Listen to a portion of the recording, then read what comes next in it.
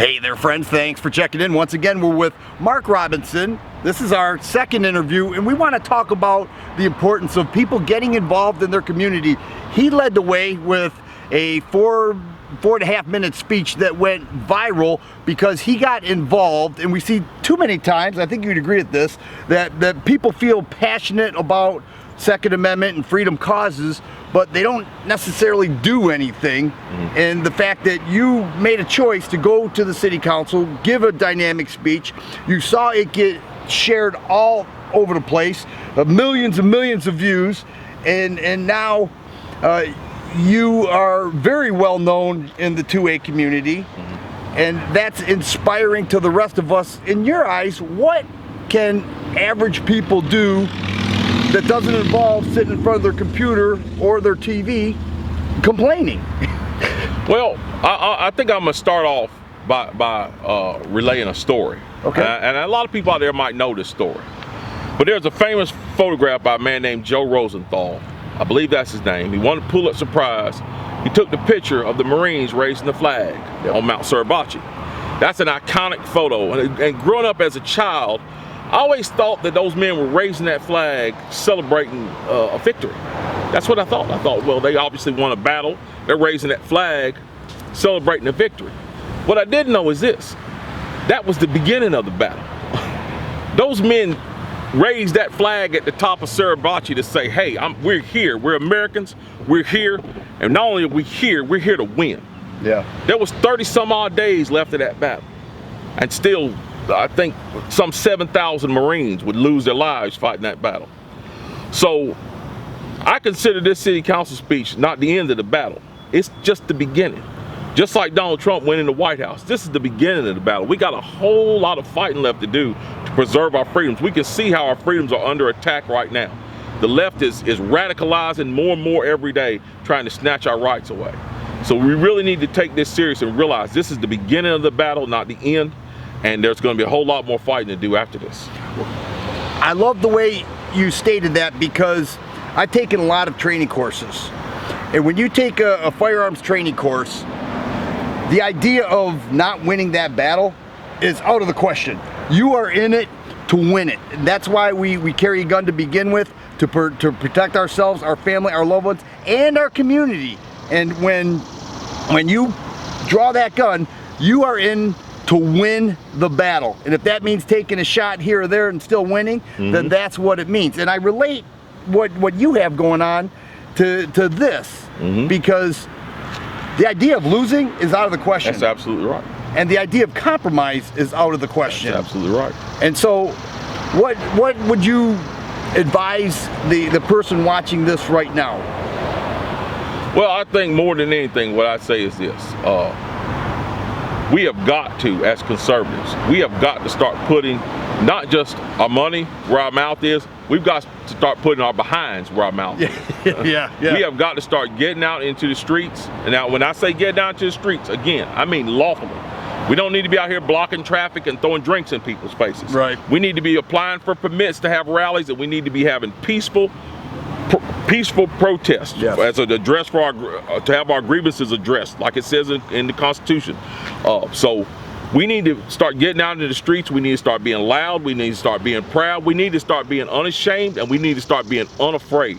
Because I'm going to tell you that's what's happened in this country. The left has built up this climate of fear, where they, no matter what you say, if you say you love America, you love the right to bear arms, you're going to be deemed a nutcase or racist or a wingnut or whatever else they want to call you. We got to throw that off like water off a duck's back, stand up for our rights, and try to preserve them for our kids and our grandkids. Because I'm going to tell you what, if we don't do it, it's going to be a sad day in this country. We're going to have bad times. It is. And you've been contacted by both the NRA. You've done a lot. They have commercials with you on, yes, NRA commercials. We've seen them before some of my videos. A lot of fun to watch. And Gun Owners of America. Absolutely. Is there any reason why a patriotic gun owner in this country should not get involved locally and with some of our strongest allies to politic behind our rights? I firmly believe that. If you believe in preserving the Second Amendment, you should get involved with a group that is going to stand up for that. The NRA, Gun Owners of America, Grassroots North Carolina, these people are out there fighting every day to protect our constitutional rights.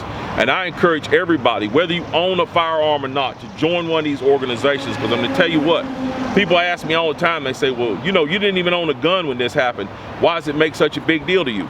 Well, you know, I don't have a lawyer on retainer either. But I'd hate to wake up tomorrow in trouble and find out that my right to counsel had been taken away. Our constitutional rights are important. And we need, in this time particularly, we need organizations that are going to stand up to the most vulnerable of our constitutional rights. And the Second Amendment is the one that all the leftists have their eyes on. It's the one they've targeted for destruction. And that reason is twofold, because they want us unarmed and they want to destroy the Constitution. And they know the only way they can really destroy the Constitution is by getting us unarmed. So protecting the Second Amendment is absolutely vital. And I encourage anybody out there who's concerned about it, concerned about our Constitution as a whole, to join one of these organizations that's going to stand up and protect it. Yeah, and locally. Absolutely. Locally. I belong to Michigan Gun Owners and Michigan Open Carry, and I learned so much just by following their Facebook posts and talking to the people, and I've made some changes in my life based on the information that I have learned. It's really been unbelievable. Yes. And I absolutely love Gun Owners of America. They are no compromise, and the NRA there's no stronger voice than the NRA. So getting involved with that is important. We see people who feel as passionate as you and I do, but they don't get involved as much. Right. Tell us about your fundraiser and how you want to get involved even more. Okay, what I'm really trying to do right now is I'm trying to raise up funds to make it so travel is not so cost prohibitive for me to go and contact some of these grassroots groups. I know I work a full-time job, and most of the people that I've met during my travels we all work full-time jobs. We have bills to pay and you know, obligations to take care of. But we also want to get out here and try to make a difference in our nation and our community. Well, that takes money. And right now I'm running a Facebook campaign, fundraising campaign to raise money to try to defer some of those costs, because it is very costly. Travel is not cheap. Right. And you know this, travel is not cheap. And every dollar that we raise is going to go towards the cause for which it's given. I'm not trying to get rich. You know, it doesn't have anything with trying to make a big bank account or anything. I just want to be able to do this and not have to worry about am I going to have the money to be able to do it. So every dollar that can be given, whether it's $1, whether it's 10 cents, it doesn't matter. Every penny matters. The left has mastered the art of using their dollars. They have mastered the art of using their dollars. We on the right as conservatives, we on the right as conservatives, we need to do the same thing. We need to start putting our money where our mouth is, putting our butts where our mouths are, getting out and pushing our cause. So anybody can give me any help in that area, I'm more than happy to take it. Well, and like I said with our last discussion, I donated. I'll put a link in the description box below, because you spoke for me, you spoke for millions of patriotic Americans, and we never want to let up, because like we said earlier, the idea of losing is not going to happen. That's exactly right. That's exactly right. I feel like right now, conservatives, if this was a battlefield, I feel like we have, right now, we have fire superiority. We have the high ground. We need to hold the high ground. And we need to keep laying the fire on. We need to keep laying it on strong. And when I say fire, I don't mean gunfire. I don't mean, you know, fist or anything like that. Our message is strong. The conservative message right now in this country is strong, and it's resonating with people.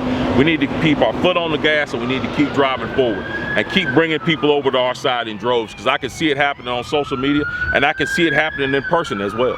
And we also realize that there are more people on our side than we even knew about. That's exactly right. That's exactly right. Even people, like I said, that who are not gun owners.